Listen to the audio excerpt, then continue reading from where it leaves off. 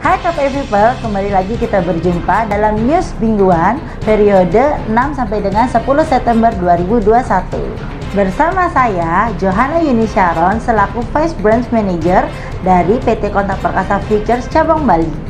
Mengakhiri perdagangan minggu lalu, emas melanjutkan kenaikannya sampai ke level 1834 per troy ounce dan ditutup di level 1827 per troy ounce. Setelah Departemen Tenaga Kerja AS melaporkan pertambahan pekerjaannya sebagaimana yang diperkirakan pasar.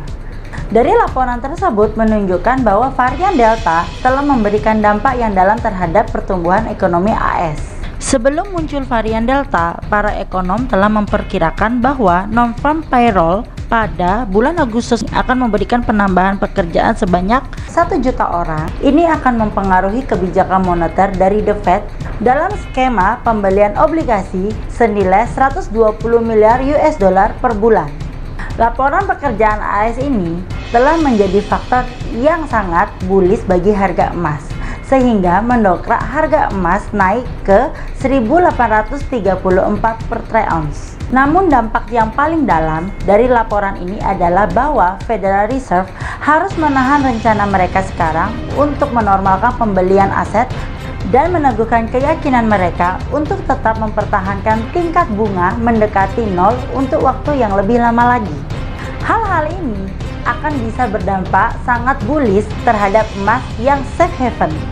Nah, apakah harga emas bisa menembus level 1900 per troy ounce dengan keadaan pertumbuhan ekonomi yang seperti ini? Harga emas bisa naik ke 1900 per troy ounce apabila emas bisa kembali menembus level 1830 per troy ounce dan bertahan di atasnya. Menurut survei yang dilakukan oleh Kitco Gold Survey, sebanyak 67% pelaku pasar di Wall Street memperkirakan harga emas akan naik. Sebanyak 13% memperkirakan harga emas akan melemah dan netral sebanyak 20%. Sedangkan di Main Street sebanyak 65% pelaku pasar memperkirakan harga emas akan naik. Kemudian sebanyak 19% memperkirakan emas akan melemah dan sebanyak 16% memperkirakan netral. Nah, KPF People, kini kita akan beralih ke analisa teknikal yaitu pivot mingguan, yang mana pada minggu ini pivot point berada pada area 1821 per troy ounce, yang mana jika pasar menguat, resisten 1 berada pada area 1840 per troy ounce, dan jika terus berlanjut naik, resisten 2 berada pada kisaran 1853 per troy ounce.